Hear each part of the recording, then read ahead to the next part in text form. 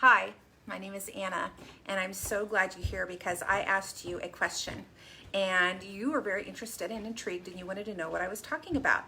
The question I asked you was, if I could show you a way that you could make over $200 a month, would you be interested?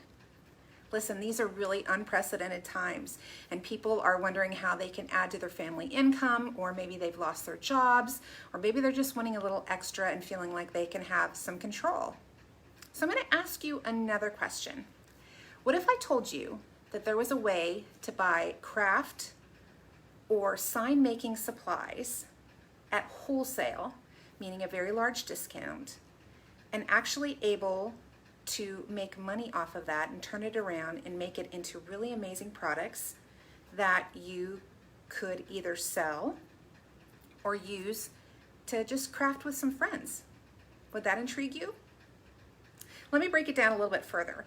What if you could get some wholesale prices on craft and sign making supplies and spend a little less than $20 to make a sign, and then turn around and invite a few friends over, share the supplies, make a few crafts, and ask them if they'd be willing to spend $25 or $30 each.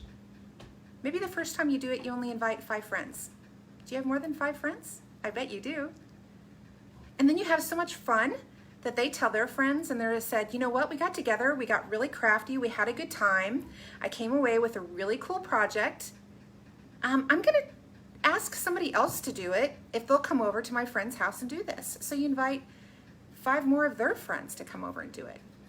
Now you've had 10 people come through, and maybe they've spent $25 or $30, and you've spent a little less than 20. Do you see where I'm going with this?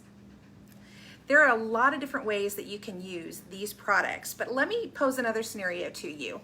Maybe you spend about $20 to make some sign making materials, and then you really get up enough nerve to ask the local coffee shop or bakery or bank if you can hang some of your signs in their store and if people would be willing to buy it.